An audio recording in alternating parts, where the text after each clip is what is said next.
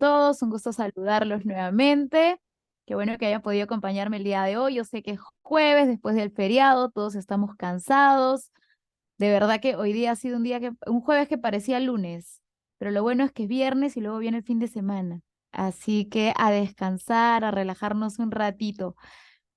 Cuéntenme cómo han estado, qué tal les fue después de la primera clase, pudieron apreciar ciertas de las cosas que vimos, que conversamos en la clase anterior, lo pudieron ver en su clase. Cuéntenme por el chat, ¿cómo fue? ¿Viste alguna diferencia? ¿Lograste de repente observar cosas que antes no observabas? Cuéntenme, ¿qué tal les fue después de la primera sesión?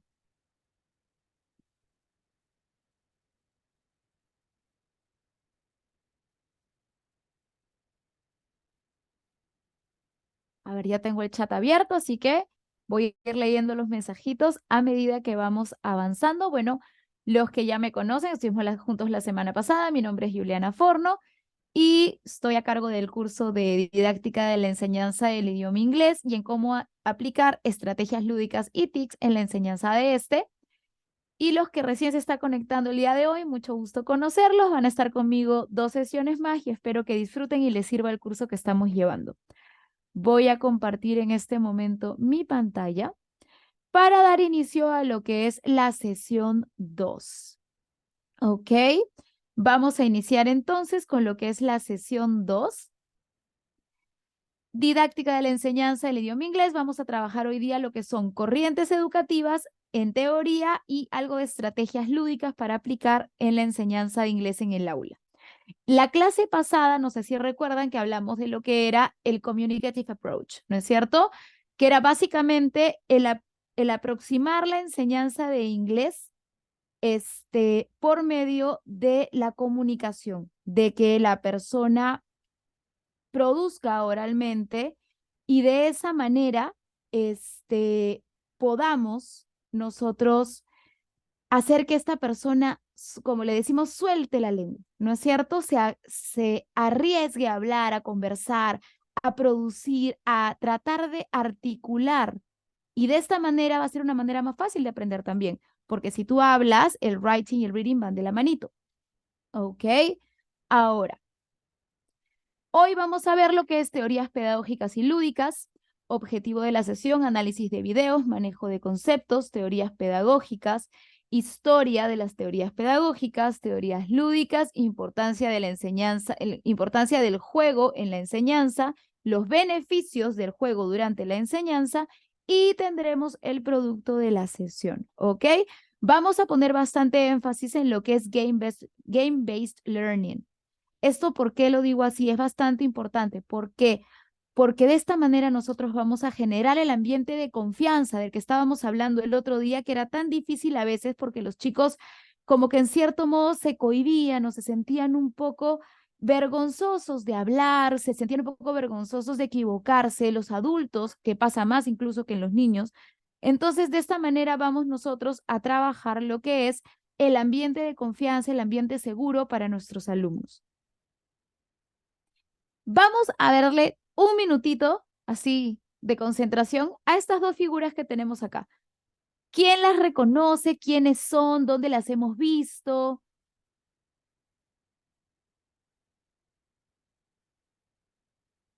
Así es, Lisette. Primero debemos trabajar e incentivar el speaking y luego grammar.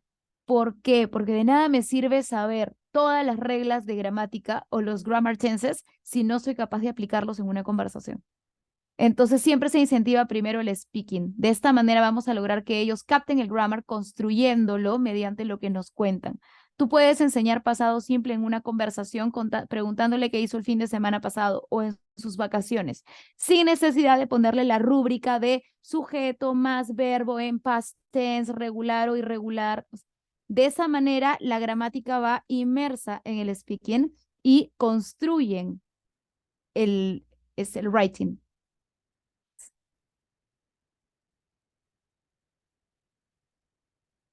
Hola Alejandra, ¿cómo estás? Bienvenida. Buenas noches, Patricia.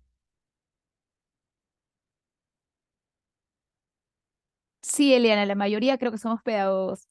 Aquí esto aplica no solo para la enseñanza de inglés, sino materias en general, solo que lo estamos llevando a inglés porque es básicamente para profesores de idiomas.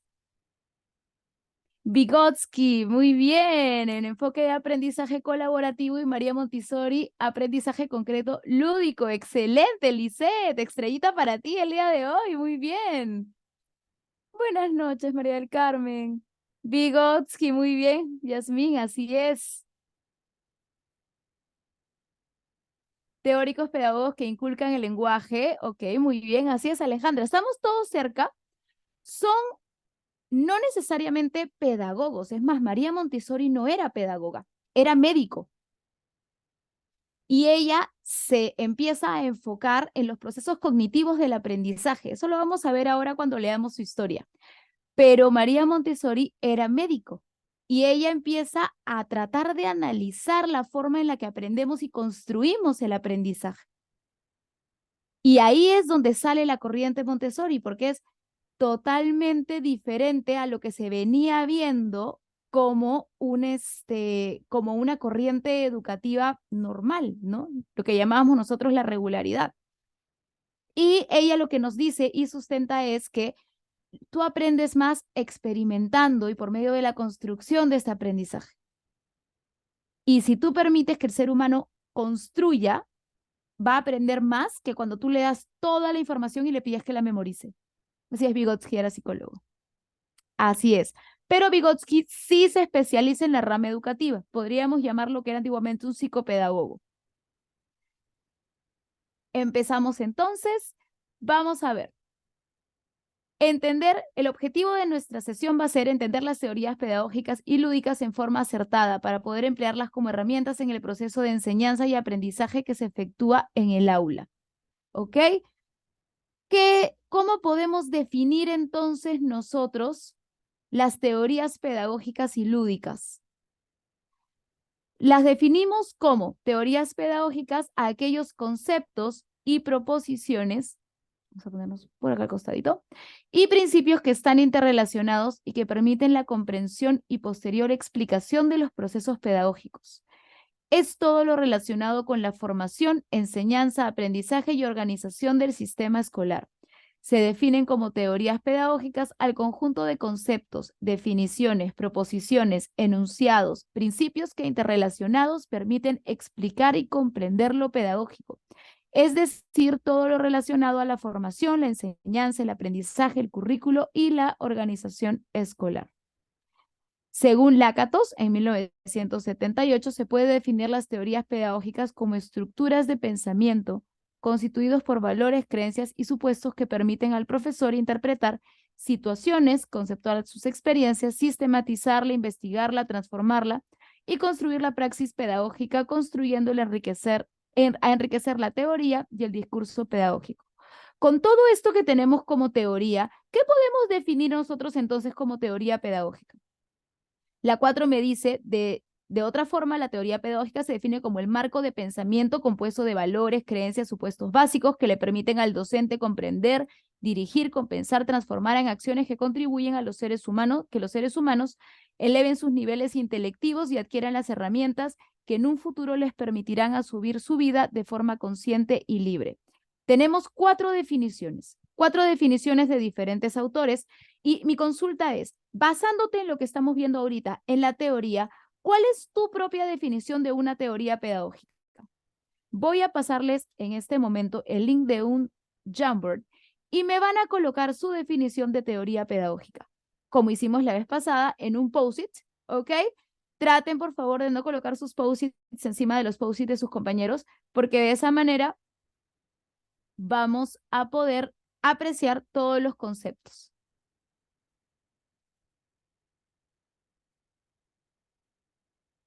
A ver, con la número 2.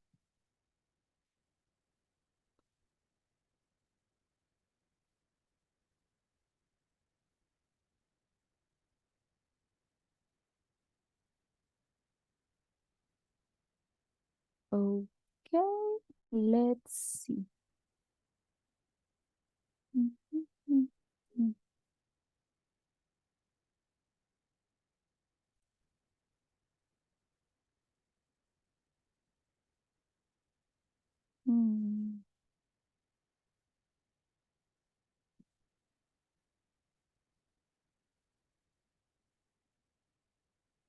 A ver.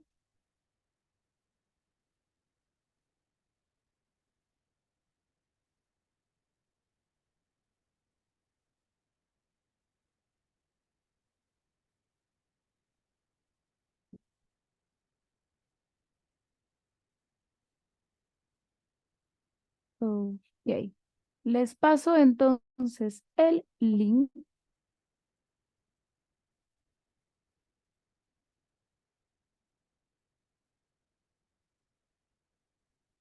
Deme un momentito que no me carga. Listo. Ahora sí.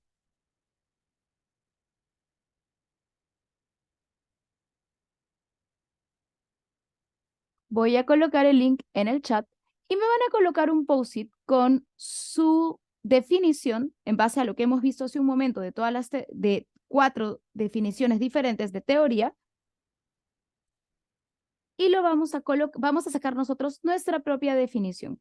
Si necesitan seguir viendo las definiciones, las voy a colocar en un momento en pantalla mientras ustedes van colocando sus definiciones en el Jamboard.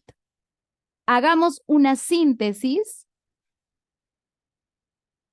Hagamos una síntesis de lo que estamos leyendo o viendo de las definiciones de las teorías pedagógicas. Pongan crear una nota, porque si escriben de frente solamente se raya la pantalla.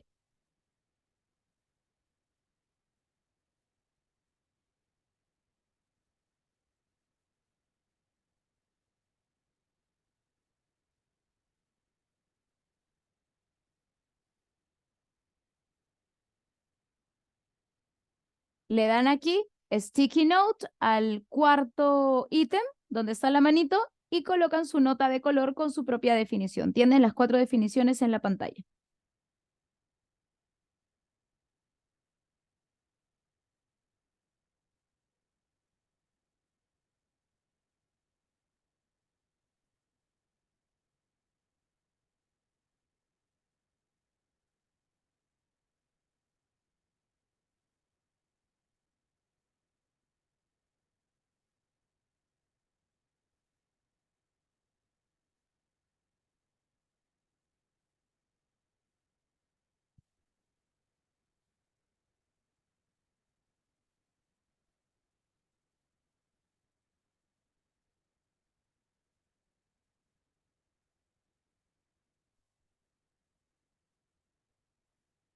Muy bien, ya tengo la primera definición. Las teorías pedagógicas nos brindan principios que nos permiten comprender y mejorar el proceso de la enseñanza y el aprendizaje. Muy bien.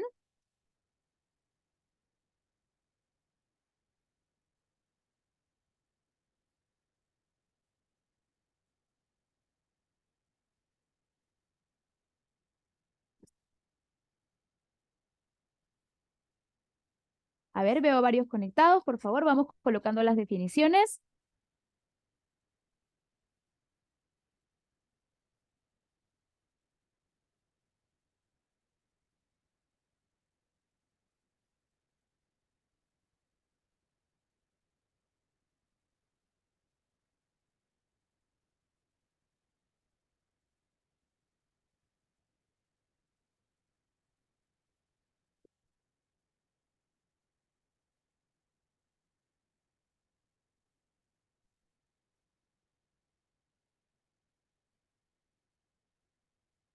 Son conceptos que facilitan comprender el proceso de enseñanza y aprendizaje. Muy bien.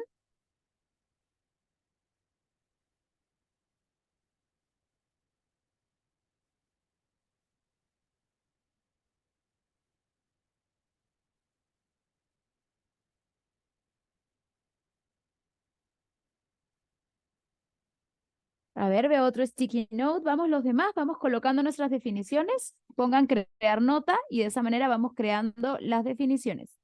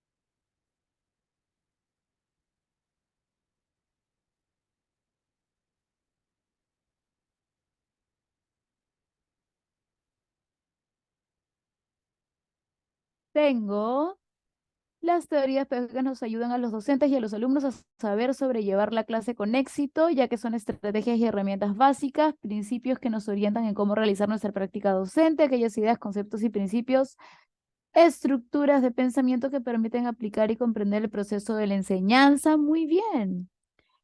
Voy entonces a compartir la pantalla del Jamboard para que ustedes mismos vean, pueden ver las definiciones de sus compañeros.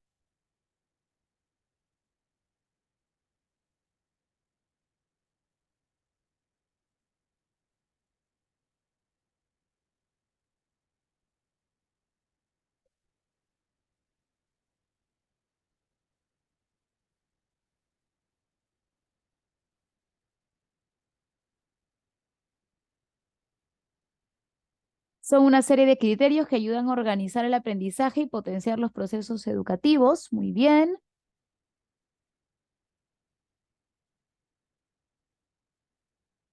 Bases y principios y conceptos que buscan explicar cómo educar, es decir, cómo formar integralmente a las personas, siendo una de esas formas mediante el aprendizaje. Perfecto. Así es, todo lo que hemos conversado es tal cual. Las teorías pedagógicas son las formas en las que nosotros vamos a abordar el aprendizaje y la enseñanza. Nos van a ayudar a comprender las situaciones, los criterios y las diferentes formas en las que podemos abordar cómo enseñar a nuestros alumnos y cómo ahora ha cambiado el proceso de enseñanza y aprendizaje. Antes, como alguien lo preguntó en el chat, era bastante memorístico. Antes era te daban la información, tú memorizabas la información, te daban la gramática primero, tú en base a eso construías. Ahora no, ahora tú construyes tu aprendizaje. ¿Para qué? Para que puedas crear algo con lo que te están dando, para que tú seas capaz de crear y sacar un producto de esa situación y de esa manera interiorizar y realmente tener un aprendizaje significativo. Cuando nosotros no tenemos este cuando nosotros no tenemos situaciones reales o contextos reales en las cuales podemos aplicar lo que aprendemos, los aprendizajes no son significativos. ¿Qué quiere decir esto? Que mi cerebro va a considerar que esa información no es importante y eventualmente la va a borrar. Ahora, vamos con las teorías pedagógicas. Estas, como les decía, van también de la mano con lo que son las corrientes pedagógicas o las corrientes educativas. Deben haber escuchado de el método Singapur, el método Montessori, el método constructivista, socioconstructivista. Hay un montón de corrientes en las cuales la educación se ha estado enfocando para ver de qué manera el ser humano, el alumno, el estudiante puede construir de mejor manera este aprendizaje. Pero se ha demostrado por diferentes razones que para nuestra realidad aplican las que generalmente vemos, ¿no? Que es la conductivista, socioconductivista, el método Singapur, que se está viendo bastante ahora en los colegios de básica regular y básica alternativa, y el método Montessori, que se está usando más inicialmente en los primeros grados, lo que es el nivel inicial, kinder, pre-kinder o early years, ¿ok? Entonces, teorías pedagógicas. Tenemos la dimensión cultural, que es la teoría antropológica, la realidad humana, es la circunstancia en la cual nosotros existimos. Tenemos la teoría la teoría psicológica, que son los procesos mentales del ser. Esto lo vamos a ver ahorita cuando veamos el video de Piaget, el desarrollo cognitivo del niño, cómo influye en su capacidad para adquirir información, procesarla y analizarla. Tenemos la dimensión social, la teoría sociológica que estructura y funcionamiento de la sociedad. Aquí vamos con el socioconstructivismo, que yo aprendo por imitación, aprendo por cómo está mi alrededor, cuál es mi entorno, qué imagen es la que yo tengo. Y la teoría episemiológica, que es el fundamento del conocimiento, dimensión del conocimiento, cuánto conocimiento yo adquiero, cuánto me preparo, cuánto me interesa saber más, indago y qué hago, cómo me agencio con esa información. ¿Ok? Justo con este último está de la mano una de las últimas tendencias en la educación, que es el bachillerato internacional, y la agencia. ¿Qué es la agencia? La capacidad del estudiante de agenciarse él mismo para poder construir su aprendizaje. ¿Qué hace con las herramientas que tiene y con los recursos que tiene de manera autónoma? Lo que busca ahora, por ejemplo, el bachillerato internacional es incentivar la autonomía del estudiante, ya no tanto el hecho que el profesor guíe ese aprendizaje, sino que el alumno tenga la curiosidad, la motivación de investigar por cuenta propia y ser capaz de armar una clase en base a la información que maneja. Y el profesor va de guía, de acompañamiento, pero ya no es el que brinda toda la información. Y esto está dando muy buenos resultados porque, si bien es cierto, como les decía, incentiva mucho la autonomía del estudiante, lo que hace que quiera aprender más y que sepa que es capaz de aprender más simplemente con intentarlo, averiguar, investigar, googlear, preguntar. Entonces, se está viendo bastante en los colegios ahorita que están con bachillerato internacional y el bilingüismo, y aparte también se está viendo bastante mejora en la calidad educativa a raíz que el alumno se hace el agente de su propio aprendizaje.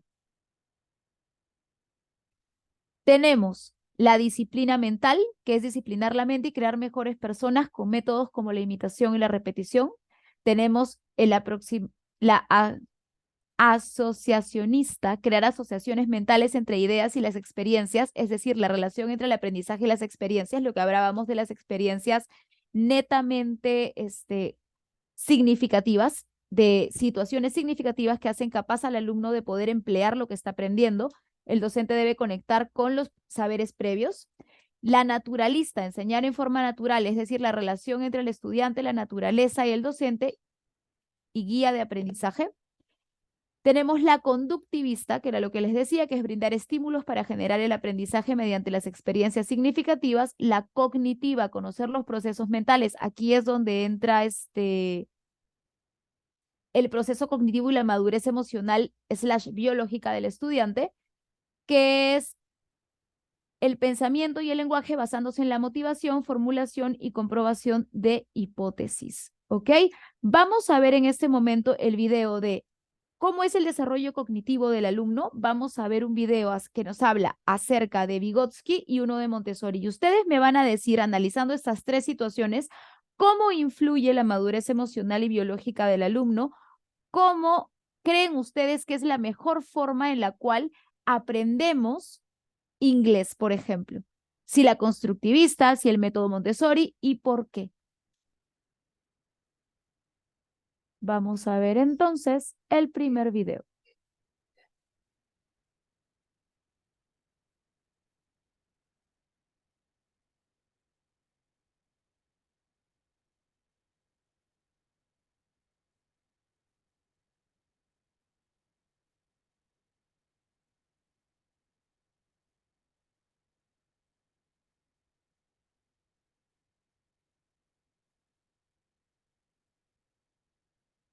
Ujú.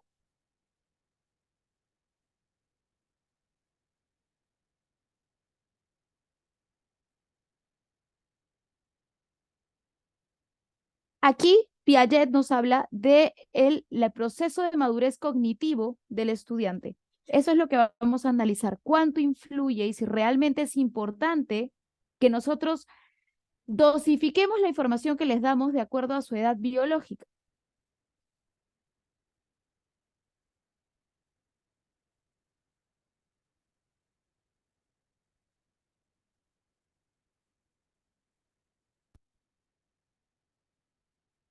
Piaget's theory argues that we have to conquer 4 stages of cognitive development. First, the sensory motor stage. Second, the pre-operational stage. Third, the concrete operational stage. And fourth, the formal operational stage. Only once we have gone through all the stages, at what age can vary, we are able to reach full human intelligence.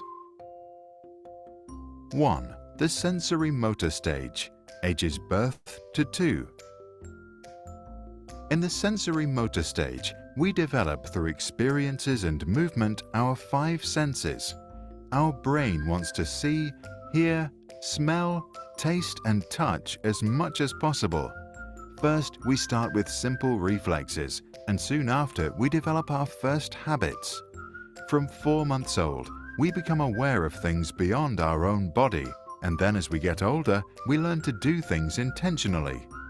A key milestone is the development of working memory, or in Piaget terms, our realization of object permanence.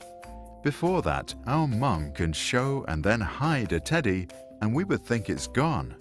After, we understand that objects continue to exist even when we can't see them. We start becoming curious about everything. We want to smell flowers, taste food, listen to sounds, and talk to strangers. To explore more, we move. We learn to sit, crawl, stand, walk, and even to run.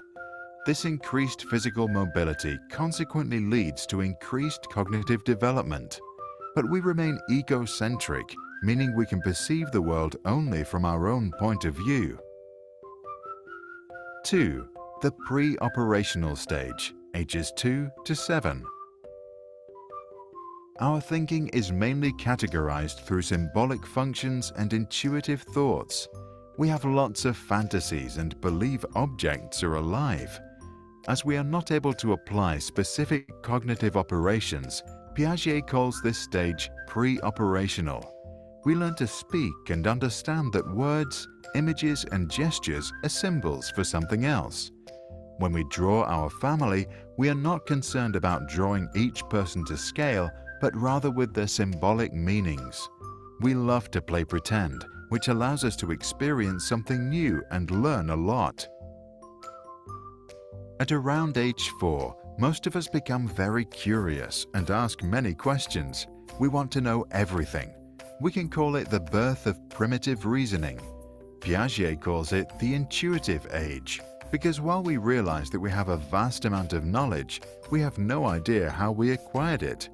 Our thinking in this stage is still pretty egocentric. We think others see the world like we do, and still don't understand that they see it differently.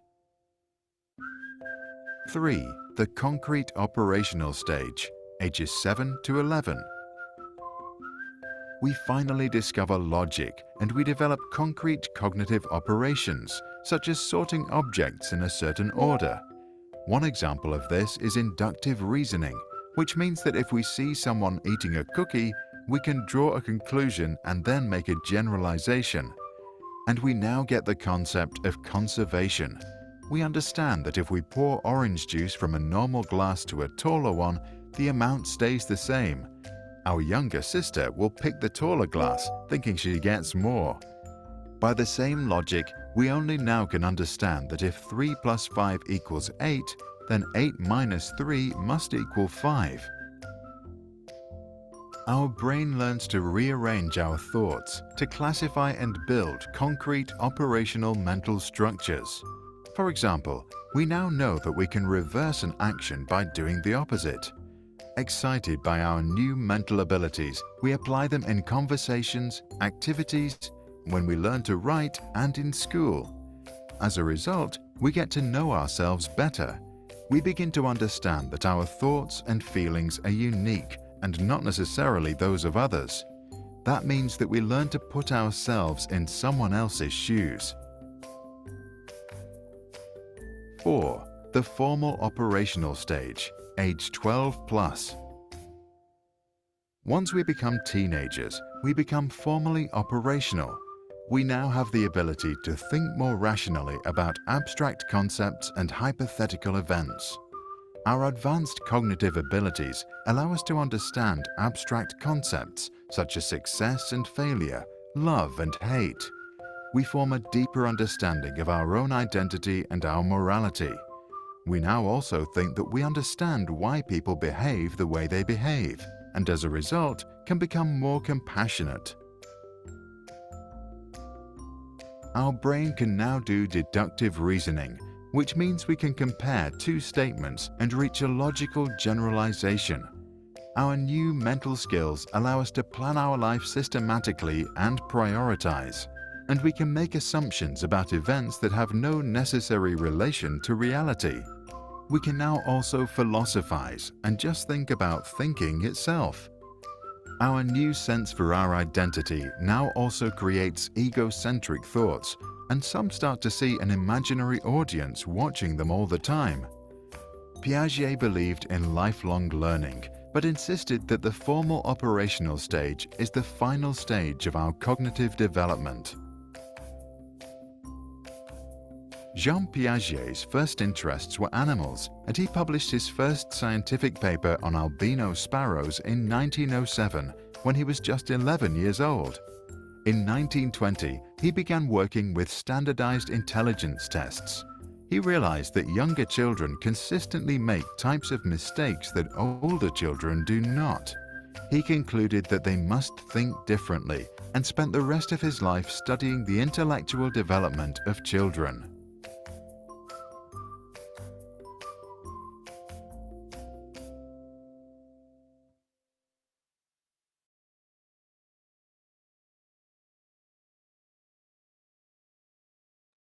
Sorry, estaba en mute. Ok, entonces basándonos en lo que nos dice Piaget, ¿qué pasa con el crecimiento cognitivo? ¿Qué pasa con la madurez cognitiva de las personas, de los estudiantes? ¿Ustedes creían que influye o no influye en la educación? A ver, los leo en el chat. ¿Influye la madurez o la edad que tengo biológicamente hablando en mi capacidad de aprender?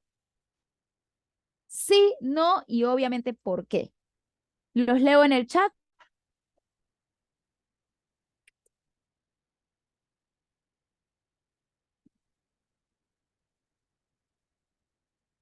¿Por qué creen que es importante la madurez biológica? ¿Cómo y qué relación tiene con la capacidad de aprendizaje que tengo?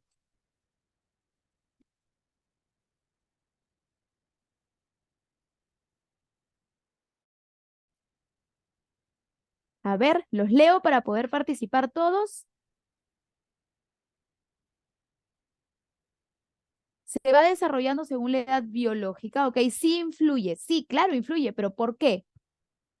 Porque va de etapa en etapa, por ejemplo, eso determinará el tipo de actividades que ayudarán más. Así es, esto va a determinar el tipo de actividades que nosotros vamos a poder dar en clase o de repente incentivar a nuestros alumnos. Es totalmente diferente incentivar a un alumno de cuarto, quinto de secundaria o un adulto que incentivar a un niño que está en kinder o prekinder. ¿Ustedes se imaginan a un niño de 4 o 5 años tratando de entender ecuaciones o de repente geometría? ¿Sería capaz de entender? ¿Tiene la capacidad de análisis para poder entender ese tipo de operaciones? ¿Ustedes qué dicen? Sí, debido a las conexiones neuronales que se dan según el crecimiento biológico. Muy bien. Sí, porque ayuda al cerebro a madurar según las experiencias de su entorno. Muy bien. Influye mientras vas creciendo y adquiriendo más experiencia. La madurez biológica nos indica si estamos preparados para realizar abstracciones y cálculos matemáticos. Exacto. Y esto es algo, por ejemplo, que a mí me costó particularmente bastante como que conceptualizar. Los niños pequeños no conocen ni pueden analizar lo abstracto.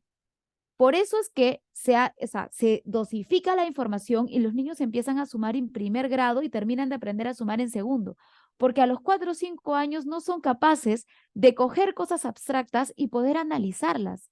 Todavía la madurez cognitiva no les permite este tipo de raciocinio. Entonces, lo mismo pasa cuando nosotros tratamos de enseñar cosas.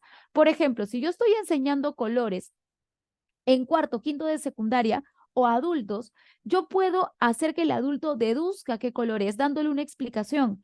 Pero si yo a un niño de 4 o 5 años trato de describirle lo que es el color rojo y solamente se queda en una idea abstracta, no va a poder conceptualizar y no va a identificar el color rojo. Por eso es que en kinder, en prekinder, enseñamos con realia, con cosas reales, con cosas con colores, con videos, con figuras, que ellos puedan tocar, ver. De esa manera pueden conceptualizar y aterrizar lo abstracto que nosotros les estamos dando. ¿Un niño capta más rápido que un adulto? Sí, pero su capacidad de análisis va a ser menor. ¿Y por qué capta más rápido que un adulto? Porque su capacidad de plasticidad neuronal, que es la capacidad del cerebro de poder adaptarse a las situaciones nuevas e interiorizarlas y aprender de ellas, es mayor que la de un adulto. Es más, dice la teoría que nosotros perdemos la capacidad de plasticidad neuronal a cierta edad en la adultez. Por eso es que nos es más difícil el adaptarnos a situaciones nuevas y aprender nuevas cosas de acuerdo a la edad que tenemos.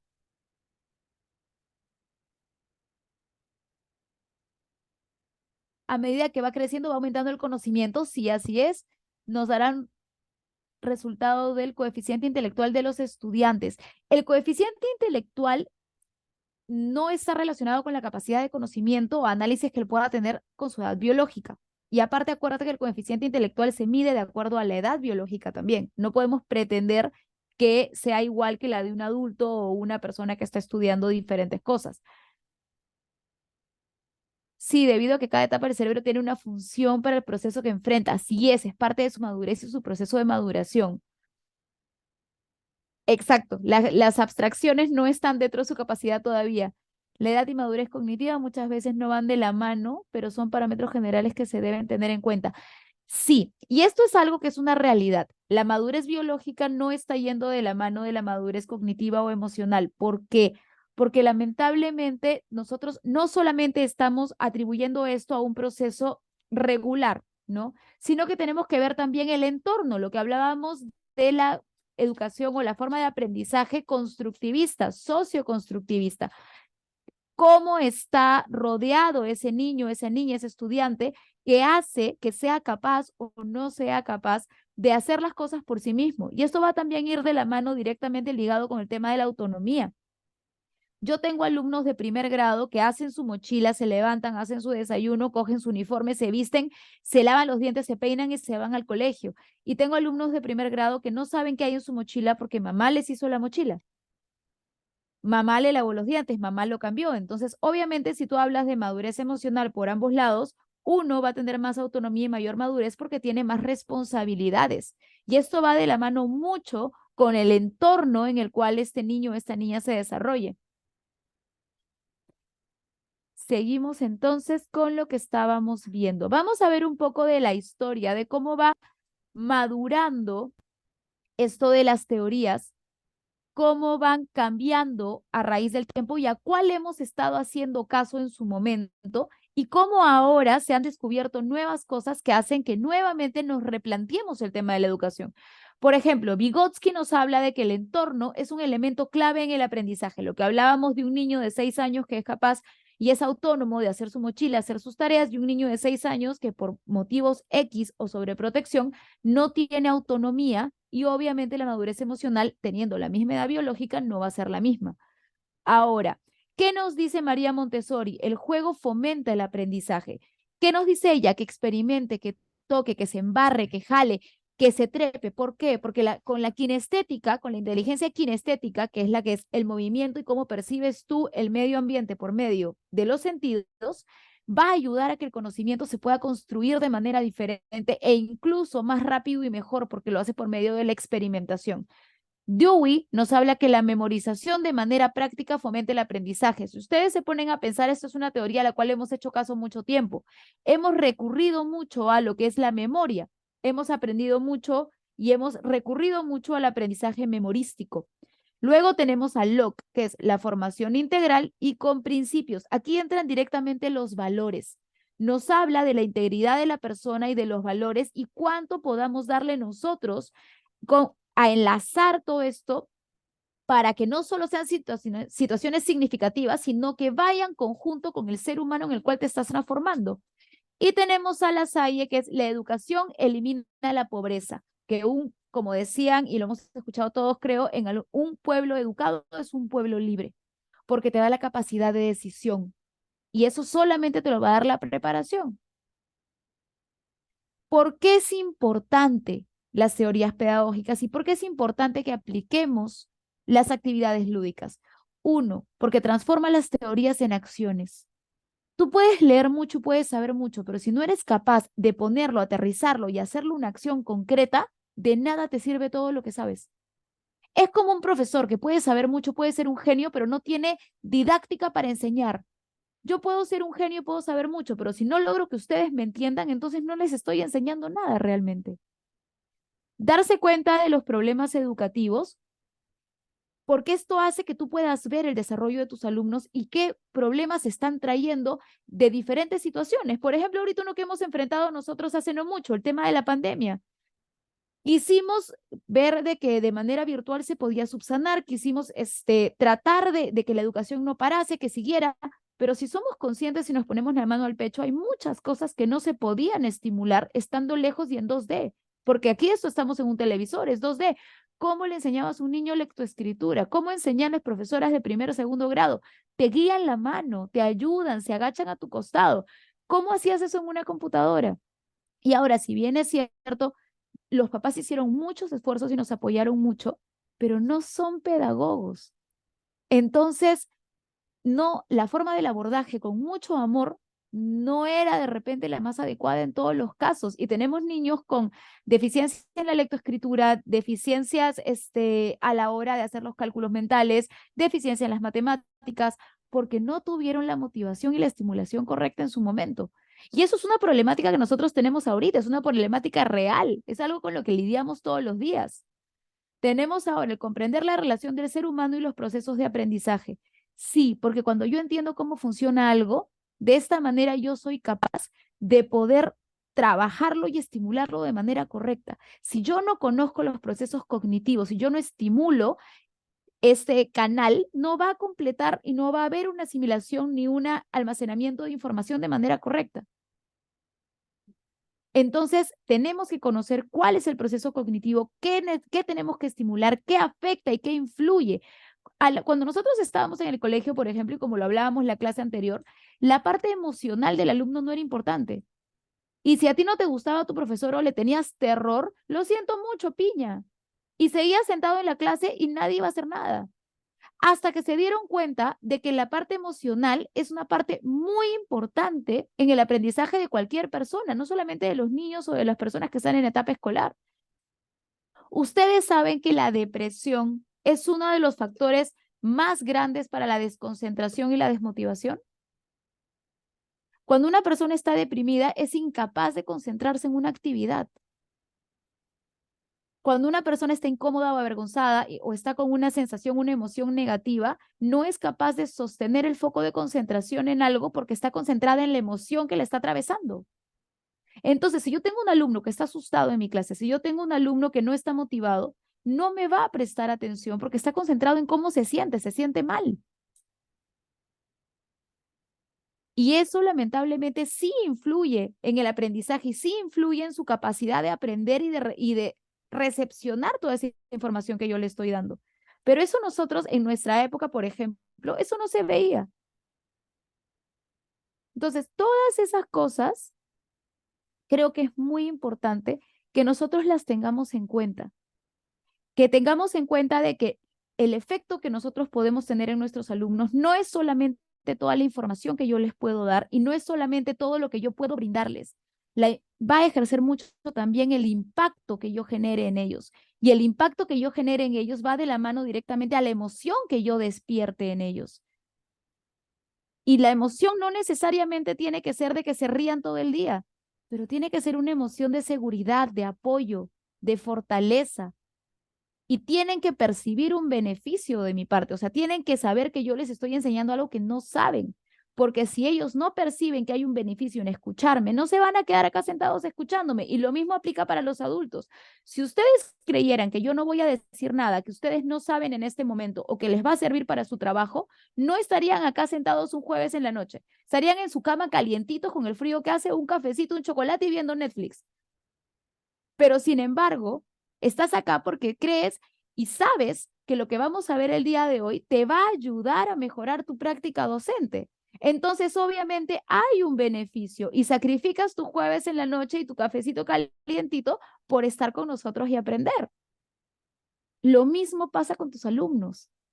Lo mismo pasa con tus alumnos. Tus alumnos tienen que percibir un beneficio. Ahora, si yo llego con mi cara de sargento a mirarlo feo a todos, levantándoles la ceja, no le van a ver beneficio estar en mi clase, al contrario, va a ser una situación incómoda, diferente a si yo genero un ambiente seguro en el cual el error es el primer paso para el aprendizaje y luego lo construimos de manera no solamente teórica, sino también experimental.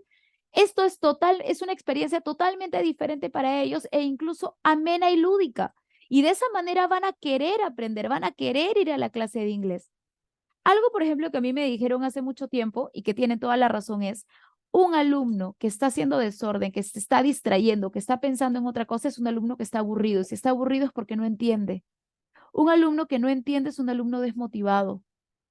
Y eso no es culpa del profesor, porque no es que tú seas mal profesor o buen profesor.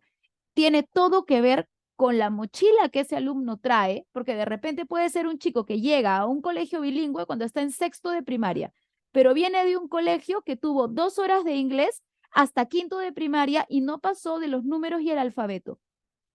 No eres tú, pero ese niño no va a entender. ¿Por qué? Porque no tiene el conocimiento previo que se requiere para el nivel que se maneja en ese momento en el colegio nuevo en el que está. Y nosotros tenemos que ser conscientes y saber reconocer esto. ¿Para qué? Para poder abordarlo. Si yo veo que este es el caso y que este niño necesita un refuerzo para nivelarse con sus compañeros, yo tengo que involucrar a los padres de familia en esto. Porque no es culpa del alumno no haber tenido inglés hasta quinto de primaria y no es culpa mía tampoco ni de sus compañeros. Pero necesitamos hacer todo lo posible y darle las herramientas para que él se agencie y pueda lograr adquirir este conocimiento. Lo mismo pasa con los adultos, lo mismo pasa con los niños pequeños. Todos hacemos las cosas y esto aplica para todo. Sí, familiares, relaciones, trabajo, todo. Siempre percibimos una especie de beneficio emocional, profesional, en conocimiento, en compañía. Siempre percibimos un beneficio. No hacemos nada, sino sentimos que hacer eso nos hace bien. Lo mismo aplica para ellos. Si yo estoy entrando a una clase en la cual me hace sentir mal mi profesor, mi profesora, y yo me siento mal y realmente no quiero estar ahí, entonces no voy a sentir que esto es un beneficio. No voy a sentir que tengo un beneficio por estar ahí sentado. Al contrario, para mí va a ser una tortura. La juventud de ahora está desmotivada. Creo que la pandemia afectó mucho. Sí, es cierto, pero lo que más abarca el tema de la desmotivación de ellos es uno, que no perciben un beneficio en la información que nosotros le estamos dando porque no la utilizan. Lamentablemente, si tú sientas, y yo lo he hecho, a un chico de cuarto y quinto de secundaria y le preguntas, ¿por qué no estás interesado en la clase de geometría o matemática? ¿Para qué? Si en la universidad lo voy a volver a estudiar.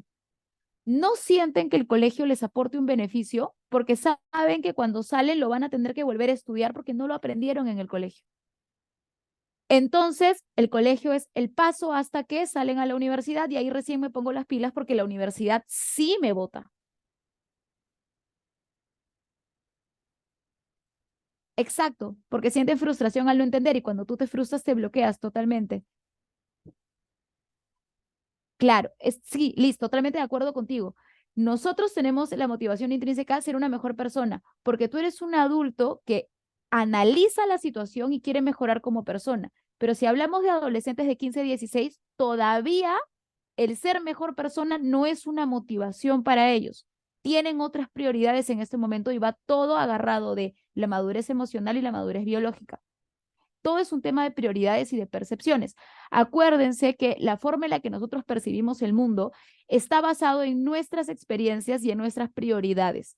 Entonces, para mí puede ser muy importante estudiar y puedo pasarme la vida estudiando porque yo quiero seguir creciendo y sabiendo nuevas cosas y experimentando nuevas cosas. Hay personas que deciden no volver a estudiar y prefieren viajar por el mundo porque les gustan las experiencias. Hay personas que no les gusta salir de su casa y no quieren volver a abrir un libro. Y está bien. Todo va a depender de las prioridades que tú tengas. Y eso va enteramente de la mano, así es, traen cosas desde casa y de su entorno. Sí. Y la percepción va directamente ligada a tus vivencias. Yo lo pongo en un ejemplo bien fácil. Cuando nosotros nos pasamos la vida escuchando, y esto lo pongo así porque como somos adultos creo que lo entendemos mejor cuando lo vemos así. Cuando nosotros nos pasamos la vida escuchando, por ejemplo, comentarios en casa tipo, todos los hombres son infieles, todas las mujeres son amas de casa. Y eso lo tienes como así, como rocola. Todos los días lo escuchas, por un tema de crianza, por un tema de sociedad, por un tema de cultura. Pongamos un ejemplo. Todos los días escuchas eso. Los hombres no lloran. Y eso lo tienes grabado en el cerebro. Y eso se le llaman creencias limitantes, porque lo has escuchado tantas veces en tu vida de tus figuras de apego, que son el modelo a seguir que tienes desde que eres pequeño, que tu cerebro lo registra como una verdad absoluta. Entonces, cuando tú tienes una verdad absoluta metida acá en la cabecita, no hay manera que la saques a no ser que te des cuenta que te está limitando. ¿No te ha pasado que desde chiquita te podían decir, no, tú no eres buena en matemática, tú no eres buena en matemática, y ahora que eres grande no te gustan las matemáticas? Porque sientes que no eres buena. En realidad no sabes si eres buena. Alguien te catalogó cuando eras chiquita y te quedaste con la etiqueta. Y eso viene a algo que yo le digo siempre a mis alumnos, y esto lo leí creo que en un libro de Paulo Coelho, si no me equivoco, me encanta ese escritor, que decía, no dejes que nadie No dejes que nadie te diga quién eres. Tienes que definirlo tú primero. Porque si tú dejas que los demás te digan quién eres, tú no vas a saber quién eres. Porque tu cerebro va a decir, esta es una verdad absoluta y yo soy esa persona. Y en realidad no sabes si eres esa persona porque no has experimentado. ¿Qué pasa si sí te gustaban las matemáticas? ¿Qué pasa si, no, si eres bueno en matemáticas? ¿Qué pasa si tienes facilidad para el análisis? Pero te dijeron tanto que eras malo que ni siquiera lo intentaste. Así es, los mitos, las frases limitantes, así es, son pensamientos limitantes, ese es el término. Y nosotros tenemos que ser capaces de reconocerlos para poderlos cambiar y objetivizarlos. ¿Por qué? Porque todos nosotros, y aquí nadie se salva, yo soy el primero en levantar la mano, todos nosotros tenemos pensamientos limitantes y todos nosotros tenemos conceptos grabados en el cerebro acerca de diferentes cosas en nuestra vida. Y me pasó hace unos días que estaba viendo uno de esos podcasts de autoayuda, a mí me encantan. Ahorita, por ejemplo, estoy estudiando uno acerca de finanzas personales y cómo hacer las paces con mi dinero, porque de verdad que yo lo veo y él se va y así no funcionamos, ¿no? Esas relaciones son las que tienen que durar. Y caí en uno que hablaba mucho de las creencias limitantes y me hablaba directamente de tu relación con el dinero. Y me dijo algo que de verdad a mí me sonó la campanita y dije, ahora entiendo todo. Mi relación tóxica es con mi sueldo. Lo entiendo totalmente. ¿Por qué? Porque desde pequeña tuve la costumbre de gastar mi plata. Desde que me daban propina, yo gastaba al punto que nunca me quedaba dinero. Y la creencia de mi cabeza era, el mercado es difícil, el conseguir dinero no es fácil, uno tiene que salir y sacarse la mugre trabajando para poder tener plata. Y eso me quedó porque es lo que escuchaba yo en casa. Pero resulta que cuando te das cuenta que eso te obstaculiza y te das cuenta de que es una creencia limitante, uno, entiendes una cosa, las oportunidades están de la puerta para afuera. Obviamente si yo me siento acá y digo, Dios mío, que me lleve $1.000.000 sería hermoso, pero no pasa.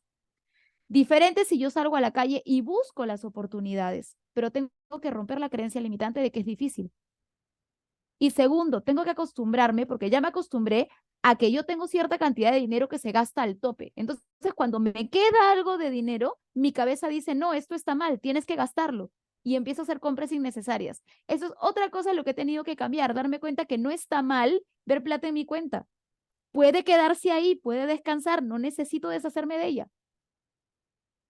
Pero todo está en creencias limitantes. Lo mismo pasa con nuestros alumnos. Y ahora, leí un comentario por acá que decían, uno habla con los padres de familia y no se ve el cambio. Sí, pero ahorita vamos a ir un poquito a un tema de desarrollo socioemocional. ¿Para qué? Para que entendamos un poco el contexto de qué es lo que pasa. La mente es poderosa, es cierto. Es cierto, y es muy importante lo que nosotros sembramos en la cabeza de los niños. Yo, por ejemplo, desde ahorita a mis alumnos de 6, 7 años les digo todos los días, las barreras están en tu cabeza. No hay barreras físicas que te impidan hacer lo que tú quieres hacer. ¿Por qué? Porque eso es la mentalidad con la que yo quiero que ellos crezcan. Eso es lo que quiero que tengan en la cabecita. Y eso es lo mismo que le digo a mis hijos. Si es humanamente posible, está dentro de tus posibilidades. Porque quiero que no se autopongan esa barrera de no soy capaz. Pero eso es lo que nosotros sembramos. Ahora, regresando a ese tema y el por qué los papás. Nosotros venimos de una crianza que es la evolución entre la crianza estricta y la crianza permisiva que vemos muchas veces ahora en la actualidad. Así es cierto, las palabras hieren o las palabras matan. Esa es la verdad de la milanesa. Respondiendo al comentario de María Elena. Gracias, María Elena. Sí, el tema es que nosotros en realidad venimos, hablando de nosotros porque debemos tener un promedio entre 30 y 50 años acá en la sala más o menos, nuestros tatarabuelos, bisabuelos venían de una crianza totalmente estricta. Estamos hablando de que lo que dice papá se hace, mamá no opinaba porque era ama de casa, papá era la autoridad y los hijos obedecen y agachan la cabeza. Pasamos a los abuelos, que ya mamá tenía un poco más de autoridad, pero igual papá era jefe de familia, los hijos no podían mirar a papá a la cara, tenían que agachar la cabeza y obedecer porque papá era la autoridad. Vamos a nuestros padres, que vienen de esa crianza, pero ya un poco más suelta, ya había un poco de diálogo, ya había un poco de conversación conversación, ya se escuchaba a los hijos, pero todavía papá y mamá eran ley porque papá y mamá decían, y si vives bajo mi casa, vives bajo mis reglas. ¿Qué pasa con nuestros papás? Se dan cuenta que eso no funcionaba, pero todavía cargas con esa cultura, la tienes aquí grabada en la cabecita. Trato de soltar un poco y de corregir los errores, pero sigo siendo estricto. Nosotros, en general, somos la generación a la cual las emociones no se les validaban. Y acá no me van a dejar mentir y levantan la mano. ¿A quién le han dicho, por eso no se llora, estás llorando por las puras, tienes 3 segundos o todavía una razón para llorar? Comes porque sí, y si no querías comer los frijoles, comías frijoles toda la semana hasta que era tu plato favorito, y hasta en el desayuno te daban. Las emociones no eran validadas. Si bien es cierto, ellos trataron de hacer lo mejor que pudieron con lo que tenían y trataron de corregir los errores de sus padres, no tenían las herramientas que tenemos nosotros para darnos cuenta cómo influye eso en las emociones. Ahora, ¿qué pasa con nosotros en esta generación? Nos hicimos papás y tuvimos un bombardeo alucinante de la parte psicológica en la cual la invalidación de emociones hacía daño, los gritos hacen daño, las palabras hacen daño y te dicen todo lo que hicieron mal con nosotros y con nuestros abuelos y con nuestros bisabuelos y tú dices, oh por Dios, yo lo voy a corregir con mis hijos. Pero ¿qué cosa no te dicen en el bombardeo? No te dicen que el ser permisivo también es maltrato. No te dicen que el no poner límites también es maltrato, porque estás anulando la esencia del niño o la niña que estás educando. No te dicen de que todo tiene que tener un límite, que la persona tiene que ser autónoma y autosuficiente, porque la sobreprotección también es maltrato. Entonces, tenemos una línea así de delgadita como mi dedito entre la crianza respetuosa y la permisividad. Y la mayoría se va a la permisividad. ¿Por qué? Porque me ahorro el enfrentamiento. ¿Quieres ver el celular todo el día? Perfecto, de esa manera no te voy a tener llorando. Toma el celular. Problemas de concentración, mayor índice de TDAH, dislexias. Y eso es una realidad con la que nosotros vivimos en este momento y luchamos en este momento. Eso es parte de nuestra problemática. Yo tengo niños que son adictos a los dispositivos móviles. Tengo niños que no pueden mantener su concentración por más de 1 minuto. ¿Por qué? Porque no tienen autocontrol. Porque cuando están en un restaurante, en vez de enseñarles a estar tranquilos, sentados y a agenciarse, les dan un celular, entonces no hay autocontrol. No se desarrolla el autocontrol y después cuando no se queda sentado en el salón y se va de la clase es, no, pero en mi casa no es así. Claro, en su casa tiene el PlayStation, acá no. Entonces, toda esa problemática es con lo que nosotros estamos ahorita lidiando y es algo que tenemos que tratar de encontrar un punto medio. Pasamos de la crianza estricta a lo militar a la permisividad total. Y son intolerantes totalmente a la frustración. Así es. No pueden estar sentados mucho rato, les aburre, les cansa y el sentirse aburridos los molesta, pero no es culpa de ellos. Entonces, todas esas cosas nosotros, como docentes, que hemos ido aprendiendo y hemos ido analizando las situaciones, podemos utilizarlas a nuestro favor para lograr que estos niños se motiven a estar en nuestra clase. No es fácil. Muchas veces no se puede y va a haber un día que puedas y va a haber un día que no puedas y está bien. No porque de 5 veces 2 se salió y 3 se quedó, no eres un buen profesor. Al contrario, se quedó 3, lograste 3, eres muy buen profesor, porque estás lidiando contra algo que no está dentro de tu control. Y ahí es donde los padres tienen que empezar a tomar conciencia de que ningún extremo es bueno y por eso debemos involucrarlos. Debemos involucrarlos constantemente en la educación de sus hijos para que ellos también vean de que son partícipes. Los primeros maestros son los padres. Los valores se enseñan en casa. Ahora, como estábamos hablando acerca del constructivismo, ¿cómo construyen ellos su aprendizaje? Primero, la perspectiva. ¿Cómo va a lograr asimilar la situación de acuerdo a cómo se agenció, qué es lo que sabe, qué es lo que no sabe, qué es lo que ha visto, cuál es su entorno, cuál es su realidad, cuál es su cultura? Y esto lo ponemos en un ejemplo simple. Yo puedo irme a los Emiratos Árabes en bikini y porque soy extranjera no me va a decir nada, pero anda a ver si una persona que vive allá lo haría. Y es un tema de cultura. Crecieron en algo que dijo que eso era malo. ¿Cómo van a construir su aprendizaje? ¿Qué herramientas le voy a dar yo para que sea capaz de aplicarlo en una situación real y aprenderlo y explicarlo? Su capacidad de solución de problemas. Aquí es lo que hablábamos de la frustración. Lamentablemente ahora con la intolerancia a la frustración hay menos capacidad de solución de problemas porque me frustro antes de intentar resolverlo. Tenemos la cultura, lo que les decía, y tenemos la experiencia y el background. El hecho de que se enganche activamente en su aprendizaje y de esto va a depender que nosotros cojamos las provocaciones correctas para que se genere una curiosidad y quieran aprender más. Ahora, tenemos las teorías lúdicas, a lo que íbamos con el tema de los juegos y cómo emplearlos en casa o en la escuela. La importancia de la enseñanza, la importancia del juego en la enseñanza. Fomenta la práctica de aptitudes que pueden trasladarse a la vida cotidiana. Se inicia con la motivación o provocación hasta llegar a solucionar problemas mediante el juego. Estimulamos la cognición del alumno. Cuando yo soy capaz de hacer algo, lo aprendo más rápido porque lo estoy aplicando y lo relaciono con situaciones que voy a poder repetir. Por ejemplo, cuando tú vas a la cocina, sabes que comes la carne con un tenedor. ¿Por qué? Porque en algún momento alguien te enseñó que si la pinchas, la carne se queda, que si la coges con una cuchara, se va a caer. Entonces, por práctica, aprendiste un concepto, el cual vas a retener porque lo aplicas diariamente. Y como les dije hace un momento, nuestro cerebro, si almacenara toda la información que nosotros almacenamos todos los días, colapsaría. Entonces, ¿qué hace el cerebro? Por nivel de importancia, o sea, concentración y motivación que tú le das a las situaciones que estás aprendiendo, le va a dar su lugar a la información que tú estás almacenando.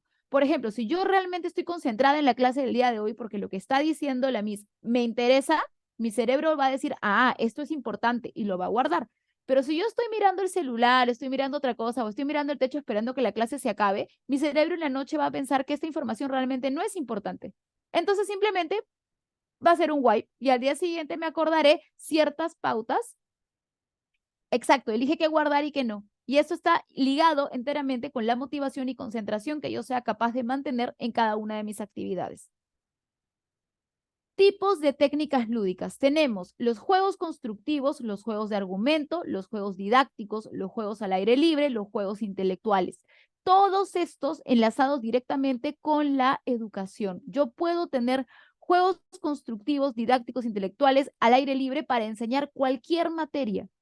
Puedo enseñar francés en el parque y les va a gustar porque ahí tengo colores, tengo formas, tengo naturaleza, tengo vocabulario. Ahora, tenemos el Over Energy Theory by Spencer. El juego ayuda a liberar la energía acumulada de la atención, siendo más fácil aprender. Relaxing Theory by Lazarus. El juego es visto como una actividad que sirve para descansar, para relajarse y para establecer energías. Previous Exercise Theory by Gruss. El juego es visto como un pre-ejercicio de las funciones mentales y de los instintos. Recapitulation Theory by Hall. El juego reproduce las formas más primitivas del ser humano, como esconderse. Psychoanalysis Theory by Freud. El juego es la expresión de los instintos y experiencias reales donde se experimenta el gozo. Si bien es cierto, Freud ya va más allá, su teoría empieza basándose en la sensación de bienestar, que nosotros los seres humanos hacemos las cosas por la sensación de bienestar y placer que esto puede generarnos desde pequeños. Derivation Theory by Fiction, done by Claparet. El juego es el puente que une la escuela y la vida usando situaciones irreales. Ahora, la educación y el juego. El juego es una actividad mental y física que contribuye al desarrollo de los niños de una manera integral y armónica. Jugar les ofrecerá a los niños miles de posibilidades para lograr su desarrollo, como investigar, crear, divertirse, descubrir, fantasear o ilusionarse. Gracias a estas acciones, el niño logra entrar en contacto con el mundo de manera satisfactoria. ¿Cuáles son los beneficios? El knowledge growing, increased creativity, self-motivation, and interest. Emotional growing, help to be good relationships and solving problems.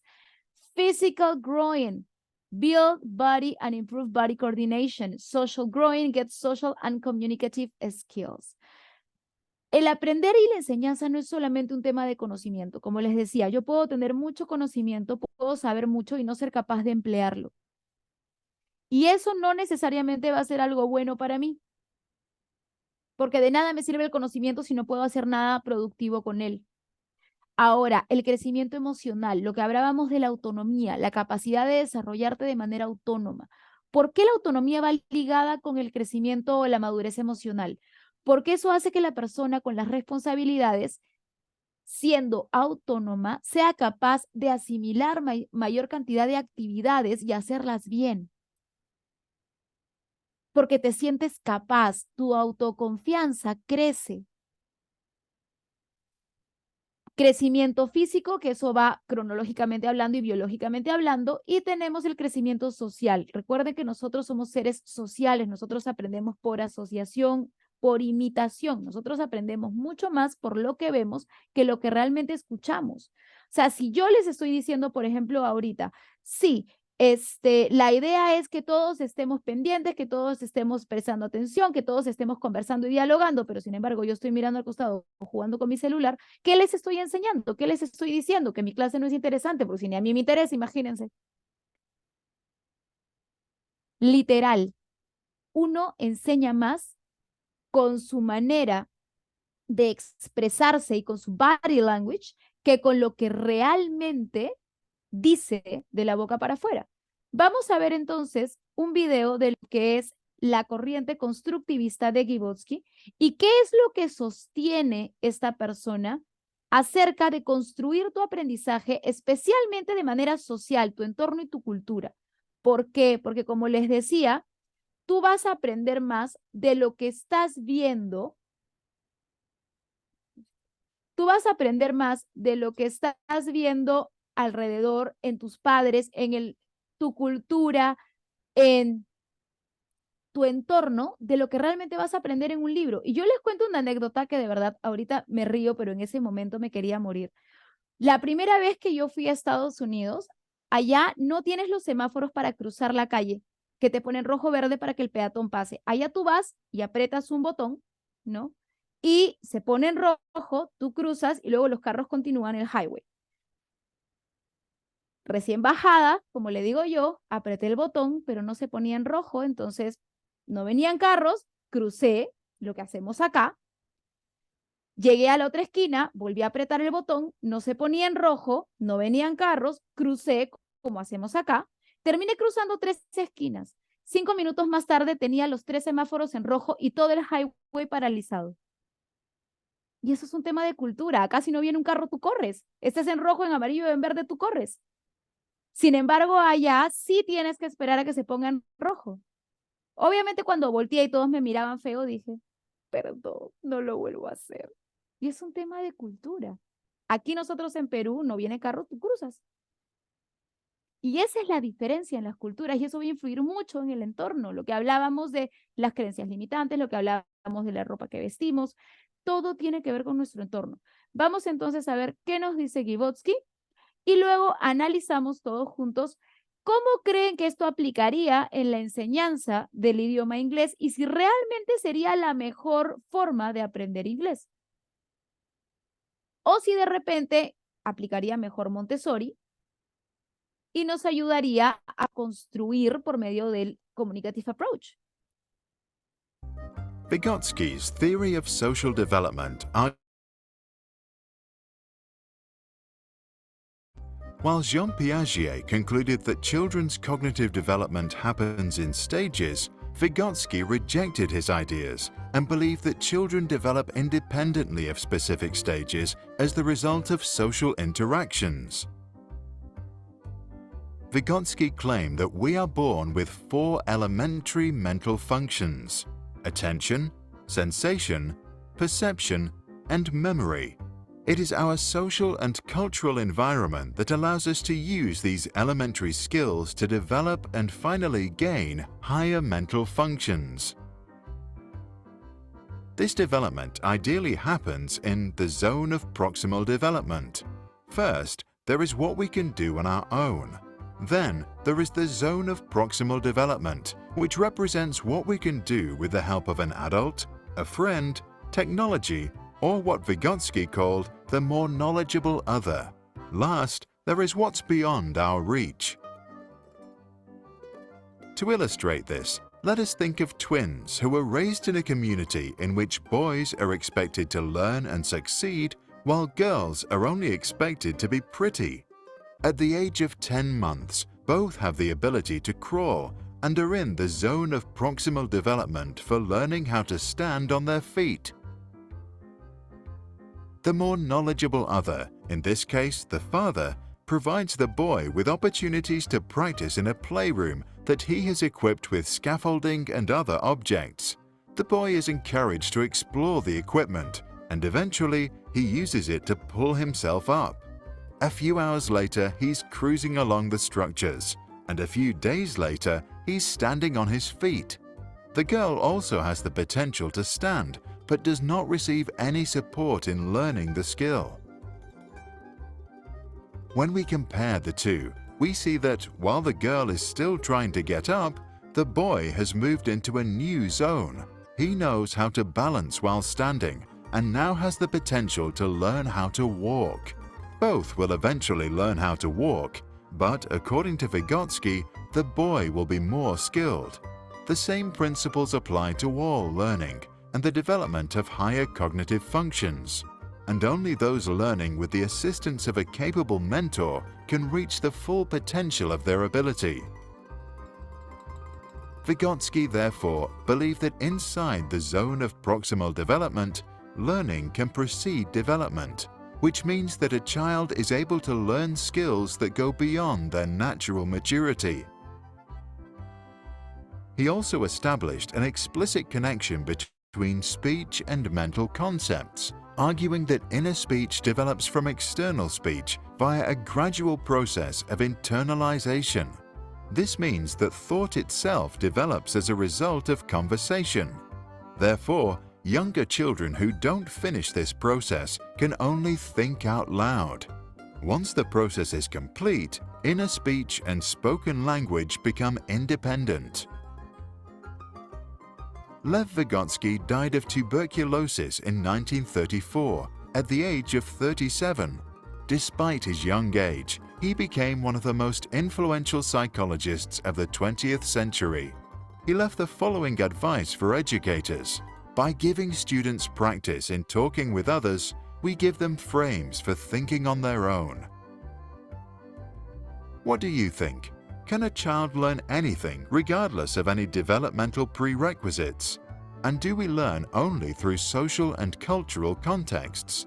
And if so, do you think it is appropriate for a more knowledgeable other to determine what a child should learn next? Share your thoughts in the comments below.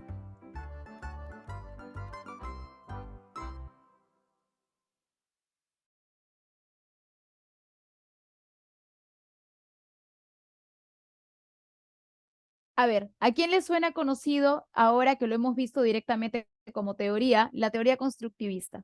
Y lo que hablábamos de la cultura, las creencias limitantes, los temas de la crianza, los comportamientos que aprendemos. Y esto es algo, por ejemplo, que no solamente aprendemos lo que nos dicen o lo que nos vienen diciendo cuando somos chiquitos. ¿A quién ha pasado que cuando está renegando o está en un momento así, frustrante, repite algunas de las acciones o actitudes que tenían sus papás? Hay papás que cuando están molestos se cogen la cabeza, así como que, no.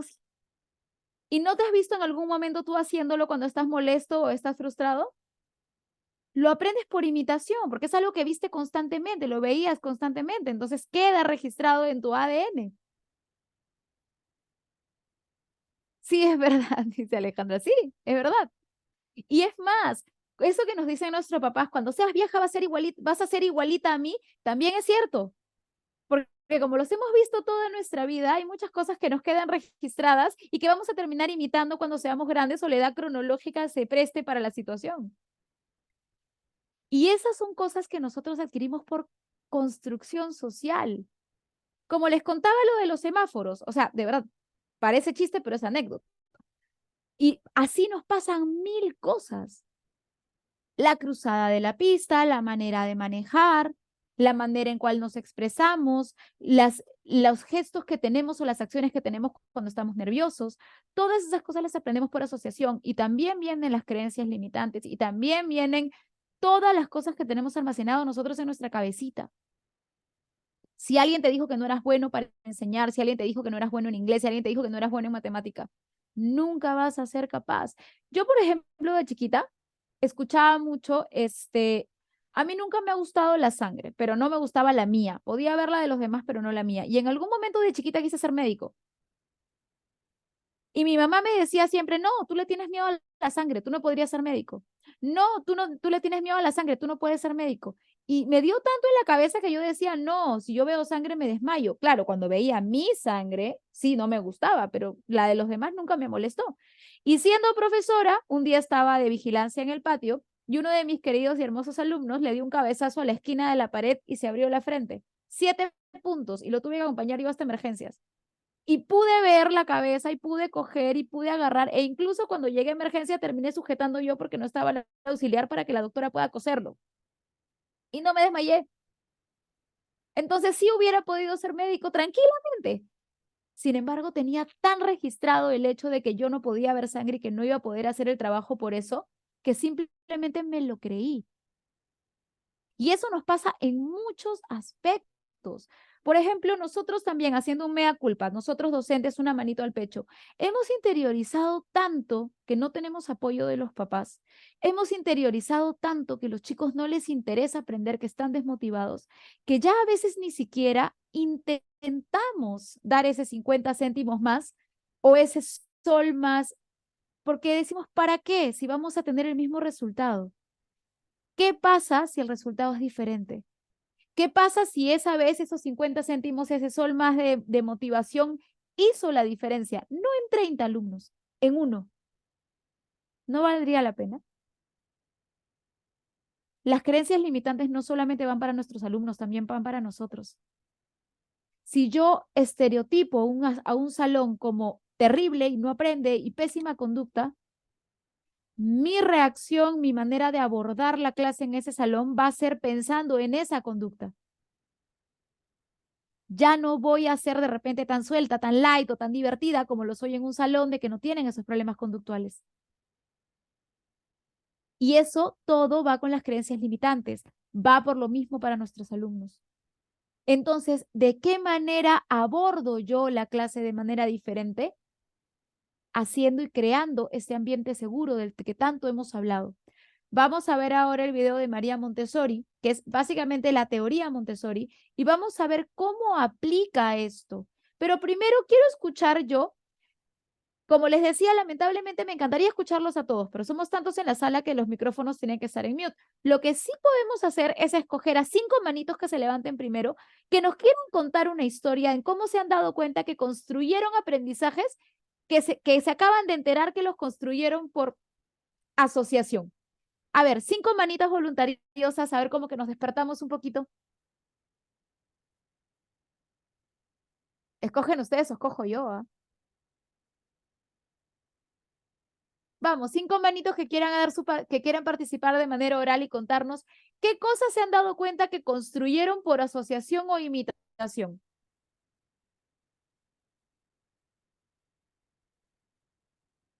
Hoy los veo tímidos hoy día. Ya, por el chat entonces, cuéntenme qué construyeron o qué se han dado cuenta que han construido ustedes, que lo han interiorizado y asimilado, pero que ha sido por asociación o imitación. Algo que acabas de decir, ¡ay! Así lo aprendí. Vamos, los leo en el chat, ya que no quieren levantar la mano. La próxima con cafecito para que se despierten.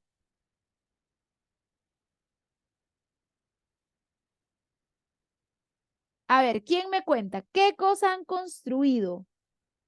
¿Qué cosa han construido por imitación? Gracias, Patricia. Mi mamá solía invitar un lonchecito a los que llegaban a la casa y yo hago lo mismo. ¿Qué pasa? Y mira cómo son cosas pequeñitas que nosotros vamos adquiriendo y que ahora nos damos cuenta de que las hemos construido. Repetir las mismas palabras cuando seas grande vas a entender totalmente. Yo a mis hijos les digo la que me decía mi mamá a mí, si lo encuentro yo, ¿qué te hago? Porque nunca encuentran nada. Pero sí, todas esas pequeñas cositas nosotros las vamos construyendo.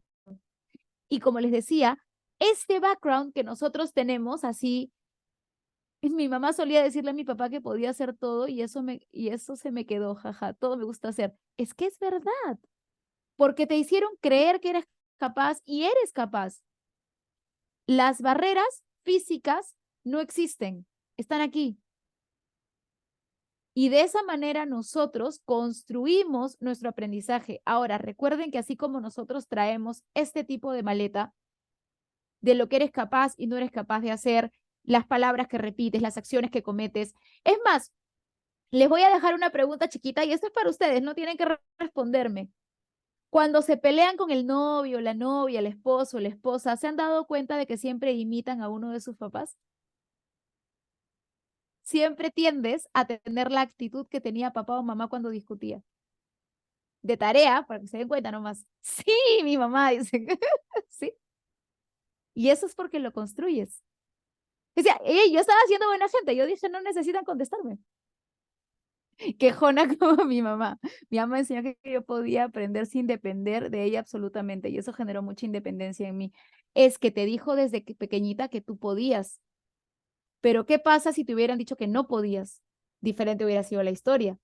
La duda siempre, ¿qué es? La duda que siempre se suele decir, y si no me sale, y si no se pudo, ya, yo te la contesto ahorita. ¿Qué pasaría si lo intentas y no sale? ¿No estarías en el mismo lugar en el que estás ahorita sin hacerlo? No perdiste, ¿verdad? Si yo intento algo y me dicen que no, estaría en el mismo sitio en el que estoy en este momento. No pierdo nada. Diferente que si sale bien, estoy ganando. Es un win-win. Mi mamá era docente, así que llevo esa vocación al de ser madre también. ¡Qué lindo! ¿Sí? Y eso siempre trato de cuando estoy así con mis colegas, en eso como le digo, me encanta conversar y así irnos un poco por todos lados porque mi forma de ver las cosas es cuando tú entiendes cómo funciona algo, eres capaz de darle lo que necesita.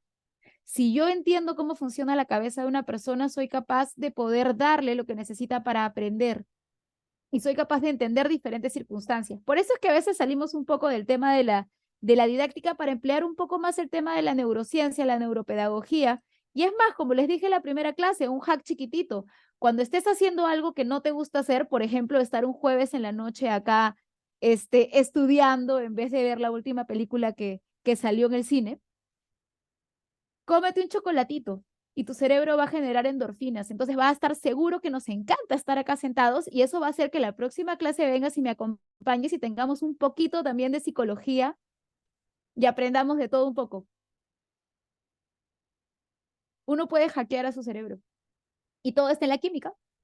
Tenía miedo de intentar cantar en público porque escuchaba que decían que no podía hacerlo. Y ahora me di cuenta que sí se me dificulta presentarme ante el público, pero trato de realizarlo. Yo le dije a mis hijas que todo es cuestión de práctica y todo se puede. Me encanta. Eso es lo que nosotros tenemos que sembrar. No solo en nuestros hijos, en nuestros alumnos, en nuestros compañeros, en nuestras amistades. Ustedes saben que basta con que una persona crea en ti para que tú hagas las cosas. No necesitas que el mundo te crea, no necesitas que el mundo te valide, pero basta que una persona te diga, yo sé que tú puedes para que tú te creas capaz de hacerlo. Todo está acá. Y todo lo que nosotros tenemos que hacer es sembrar esas semillitas. Tengo un alumno desmotivado, tengo un alumno que no entiende, perfecto. Lo ayudo, le pongo esa semillita de la curiosidad, la semillita de que es capaz, que va a poder, que lo va a subsanar y le doy las herramientas. Ahora, obviamente hay cosas que escapan de nuestras manos y de nuestro poder, como es un problema emocional, conductual, familiar, que no vamos a poder arreglar, pero por lo menos hicimos todo lo que estuvo de nuestra parte y a veces toca ser el soporte, más no la solución. Pero en su mayoría podemos poner esa semillita y así como tú te sentiste bien de que tu mamá te dijo siempre, tú eres capaz y tú puedes y tú te diste cuenta que ella no mentía, lo mismo van a sentir nuestros alumnos cuando sean capaces de hacer las cosas. Ahí es donde tenemos que apuntar nosotros. Vamos a ver entonces a María Montessori y qué nos dice de la teoría de la experimentación. ¿Por qué es importante esta teoría? Pero como les decía, generalmente se utiliza para kinder, prekinder e inicial, que es la edad en la cual son más sensoriales que analíticos. El deporte que quieras está en el nuevo falabella.com. Hasta 60% de descuento en productos seleccionados. Montessori education is based on the principles developed by Maria Montessori, who opened her first school for children of low-income workers in an apartment building in Rome in 1907. The school was called Casa dei Bambini, Home for Children. This first casa was furnished with a teacher's table, a stove, a blackboard, some chairs, group tables for the children, and a cabinet filled with materials that Montessori developed in her earlier career when she researched how to teach kids who experience some form of mental disability. Maria Montessori created the materials after she realized that students seemed to understand complex concepts better when they engaged all their senses. Activities at this first school included personal care, such as dressing and undressing, care of the environment like sweeping, dusting, and gardening. Otherwise, they were free to move around and play with the materials. Montessori did not teach herself, but instead oversaw the classroom work of her teachers. Montessori observed that children showed episodes of deep concentration and multiple repetitions of the same activity. Given free choice, kids showed more interest in practical activities and the materials than normal toys, sweets, or other rewards. Over time, spontaneous self-discipline emerged. Montessori concluded that working independently, children seemed to reach new levels of autonomy and became self-motivated learners. She began to see the role of the teacher as a facilitator of young human beings who are free to move and act within the limits of a prepared environment. The goal? To grow children to become independent and responsible adults who share a love for learning. Soon after, Montessori herself and her ideas started traveling the world to inspire progressive thinkers and educators from all over. The inventors, Alexander Graham Bell and Thomas Edison, became early advocates. Later alumni include Jimmy Wales from Wikipedia, author Gabriel Garcia Marquez, as well as the two Google founders Larry Page and Sergey Brin. Today, the term Montessori stands more for a method than a school itself. The fact that it can be used freely by anyone led to a great variation of schools. Educators all over the world borrow Montessori's name, insights, and materials to organize kindergartens, elementary schools, special needs programs, or even full 12-year curriculums. Some parents use it for homeschooling.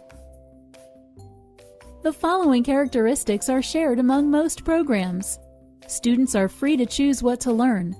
Open classrooms that allow free movement. Use of specialized Montessori materials.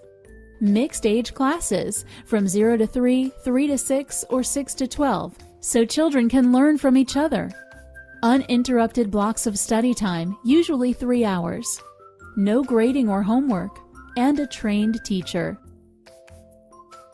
Maria Montessori once famously said, "Never help a child with a task at which he feels he can succeed." What are your thoughts on Montessori? Please share your opinions in the comments below.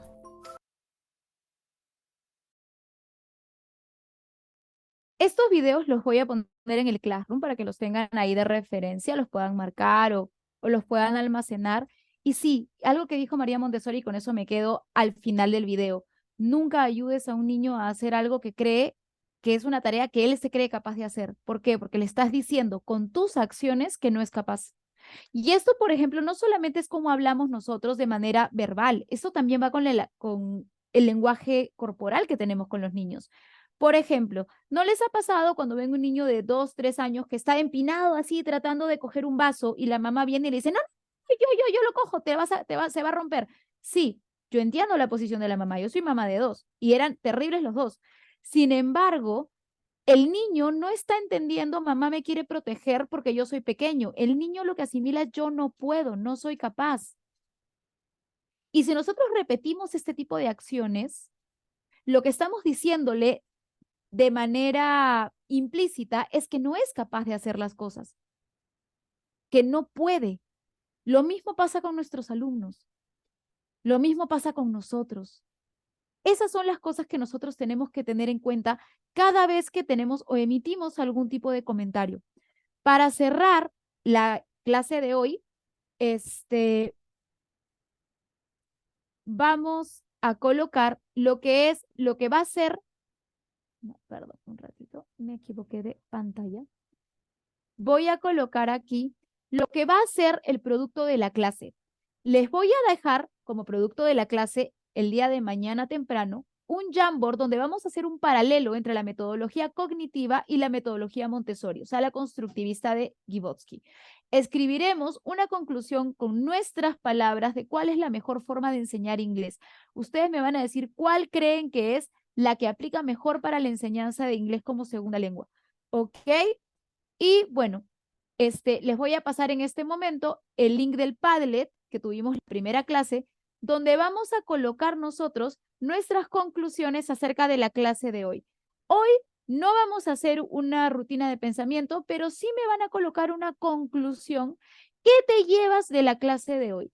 ¿Qué es lo que aprendiste? ¿Qué es lo que más te gustó? ¿Qué es lo que crees que te va a servir? Una conclusión. ¿Qué te llevas de la clase de hoy? Les voy a colocar el link del Padlet en el chat y recuerden, por favor, que cada columna es un lesson. En la primera sesión tuvimos el lesson 1 y ya tuvimos ahí la rutina de pensamiento de qué sabía, qué me pregunto y qué aprendí. Y el día de hoy solamente vamos a colocar debajo de la columna que dice lesson 2, ¿qué me llevo de la clase del día de hoy? ¿Qué es lo que qué es lo que asimilé? ¿Cómo creo que me va a servir? El link está en el chat, solo debajo de la que dice Lesson 2, por favor, porque luego las otras dos van a tener su propia rutina de pensamiento o su propia conclusión. Y con eso terminaríamos el día de hoy. Les dejo en la pantalla nuevamente mis redes sociales. En caso alguien me quiera hacer una pregunta o una consulta, les respondo por ese medio. Y sí, esta semana sí he estado un poco perdida, me van a disculpar, pero es que he estado en trabajos finales para la maestría, encima terminando un curso del bachillerato internacional por el nuevo colegio en el que estoy trabajando. Entonces, como se imaginarán, no he tenido vida en lo absoluto, pero prometo volver. Así que cualquier cosa que necesiten, me escriben, me preguntan, por ahí puedo responderle alguna de sus consultas. Y por favor, no se olviden de colocar su participación en el Padlet. En el chat ya colocaron el link de la asistencia. Es súper importante, por favor, que completen su asistencia porque es requisito básico para que puedan tener su acreditación. También que cumplan con los trabajos y los productos de la clase. Voy viendo entonces cómo vamos con el Padlet.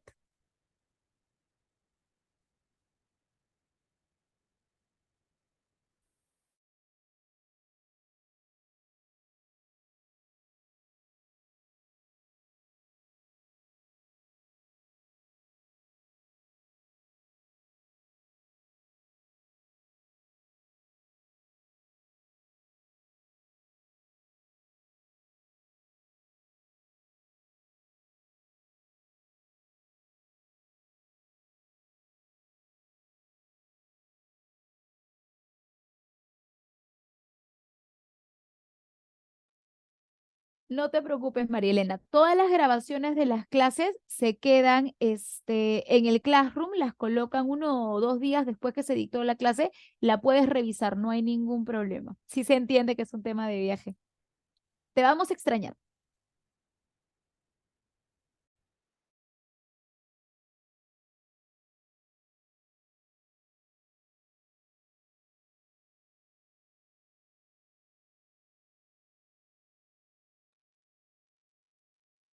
A ver, les voy a... Ok, tengo varias personas que ya están conectadas.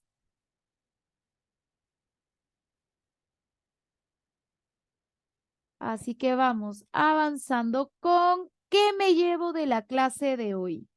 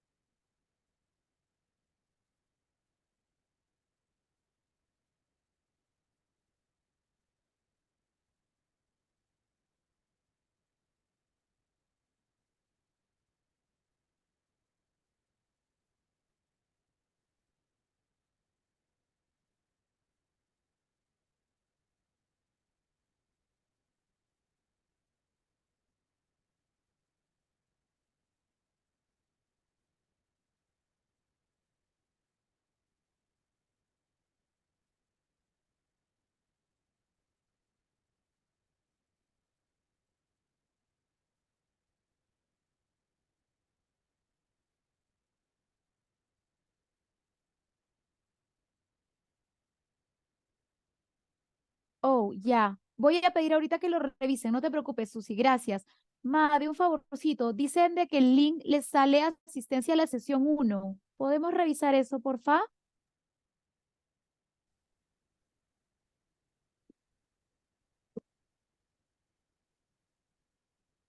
Ya se solucionó el formulario, no se preocupe.